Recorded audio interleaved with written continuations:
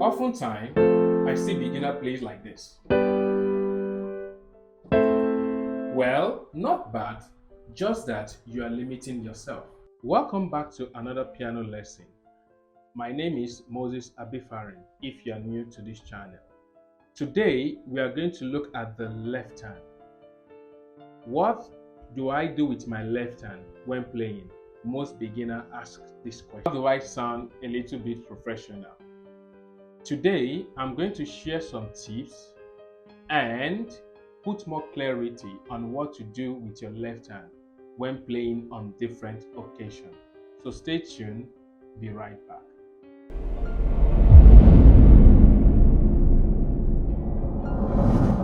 If you are new to this channel and you haven't hit the subscribe button or the notification bell, please do so right now so you can stay up to date to get new content that we release weekly. Let's get started. Most time, beginner plays like this.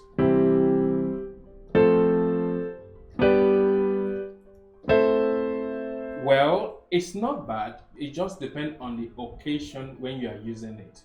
And the idea is that you are limiting yourself, because if you pick this shape for your left hand, your finger can do little or less with this finger shape. So it is wrong. Beginner tends to play like this, just playing the root notes. I know I've said that in my last video that for a beginner, just focus on the root notes of the chord for the left hand. But that makes you sound not too professional. So if you want to do it professionally, there are some tips which I'm going to show you on in this tutorial.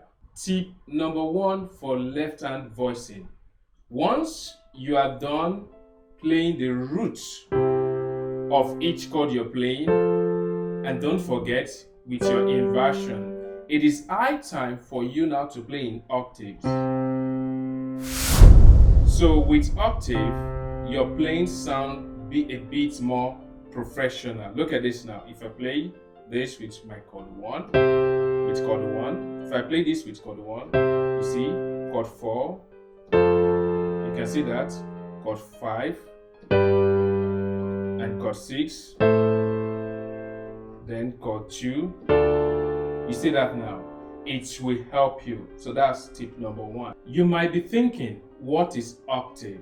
Okay, remember I've showed you how to play the root notes of each chord. Octave simply means 8 notes from the word octagon, 8-sided shape. So it means that once you've gotten the roots, you count 8 based on the scale. Don't forget, since you're on C, definitely C to C is an octave, F to F is an octave, G to G is an octave, likewise B flat to B flat is an octave. And if you count the keys based on the scale, we're going to count 1, 2, 3, 4, 5, 6, 7, 8. You can couple your chord. I haven't picked the inversion you like. You can couple your chord with the octave. So let's do that now. So my chord 1, I'm using this inversion, for example. You see that's C major. If I want to go to F major, I'm going to this inversion. I can do this. And one beautiful thing about octave, that if you're playing on a very large 7-octave piano, if you play down, it still sounds clearer, because we call this perfect octave. Do you understand? So if I go to chord 3, you can see that now. If I go to chord 5, which is G major, or let's even go to another key. Let's say, for example, B flat. If I play chord 1 here, B flat, you can say that that's B flat. If I go to chord 4, you can say it sounds richer. Number 2, you can play the octave and also with the fifth. In fact, this is called power chord. So you can couple your chord with the inversion you've picked with power chord, which means you're playing the octave and also the fifth. How can you get the fifth? Remember, we've done that in intervals. So we have perfect fifth from the root is how many semitones? 7. 1, 2, 3, 4, 5, 6, 7. You see, 7 semitones. So Anytime you pick the root, any root at all, just count seven semitones. This is my root, which is A flat, so I'm counting 1, 2, 3, 4, 5, 6, 7. So this is my fifth. So you couple it together with the octave. So this is A flat with the octave. So you can see now it's sounding richer. Let me play the one of the just the octave. You can see now. Let me play with the one with octave and the fifth. You can see now it sounds richer. Let's go to a more open key so that you can see it clearer. So, for example, on the key of C, you see that now. So you can even use it to do a lot of things. You see that? You playing the octave and the fifth together, it also sounds better when you go deeper on your chord. For example, you can be playing some things like that, and you can just like that. You see that now? It sounds better. Okay, so you can do that. Next is you can also couple your chord on the right hand with this by playing the roots of the chord and the seventh. I'm sure that will be strange to you. Yes, we've talked about seventh chord, but I haven't explained it further. But we've done that in interval pattern, so you can go check out the number of semitones here. But due to the scale of C, the seventh 1, 2, 3, 4, 5, 6, 7. So you can couple the root and the seven then together with your chord. So let's pick this. But sometimes it sounds there's a lot of tension on the chord. So if you feel like you're not comfortable with it, then you can change to another voice. I feel like this is even better, adding the ninth of that. So root and seventh can also go for your triad chord. So let's go to F. But if you notice something on the left hand, it sounds a bit weird, like you have this unresolved tension, so you can't really use it getting too deep on the left hand, but it sounds very nice when you are up here like this. You can do this too. Yeah, 7, then to F. The 7th is here. You can see, wow, it sounds better there. Then let's go to G. Don't forget this is 7th, so we have G. Yeah, sounds better.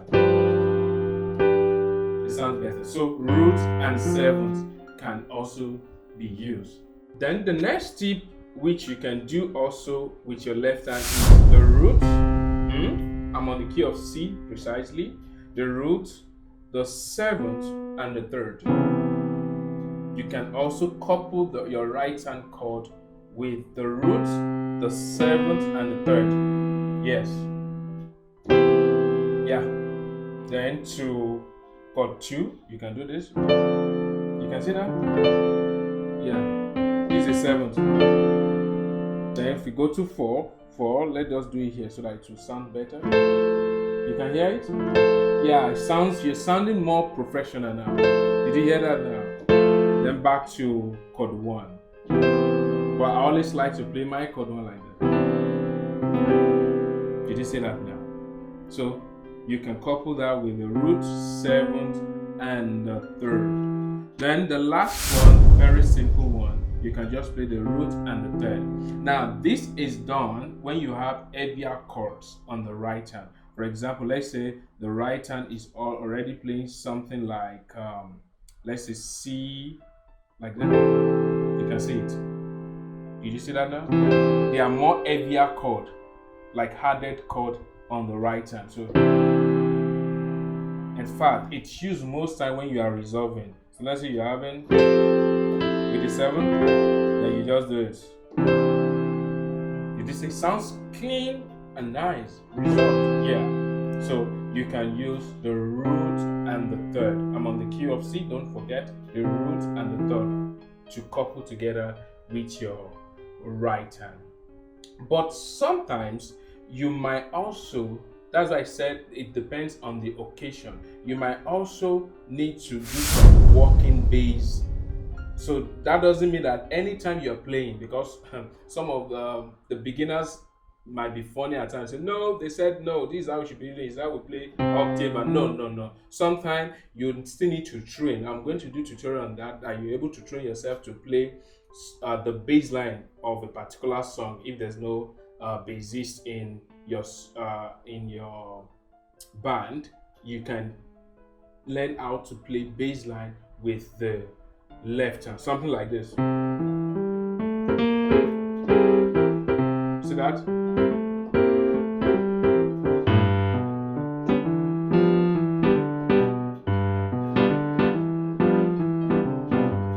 So like that, you can just do that. See? So that doesn't mean that everything has to be either octave, root and octave, or root and seventh, root, seventh and third, or just this. No, you can play the bass line of that song. Then another one is that if in a case you now play the chord. Now the reason why I said you should not play the chord like this is that all your fingers are restricted. So if you play it something like this, it gives room for your finger on the left hand to do some other things, or to play some added chord, to play other things. But if you do this, you're like closing it. The only possible chord you're able to play around there is just this, or you do this, and this is another chord. This is F already inverted. Do you understand now? So that is why don't always start learning with this. So start learning with root and octave, root and seventh, root, octave, and the fifth. This is the most used left hand voicing for big. This is the most used left hand voicing for piano players. Go and check it out. You have a lot of songs like. That's what I just did there. You see, I'm just trying to work it up.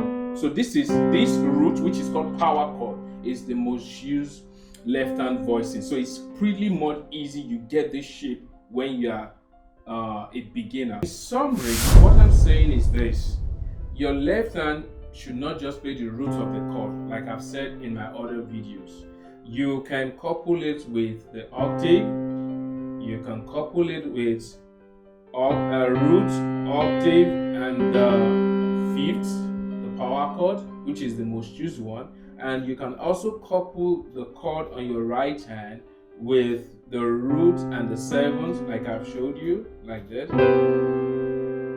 That's a C. If you go to F, the same way. Then you can also couple it with what? The root, the seventh, and the third. You understand? Which means you can play like this. Did you see that now? So, overall, I haven't done all your trial chords. The next chord you need to learn is the seventh chord. It is advisable to learn the seventh chord as a beginner. It will help you a lot in your piano playing.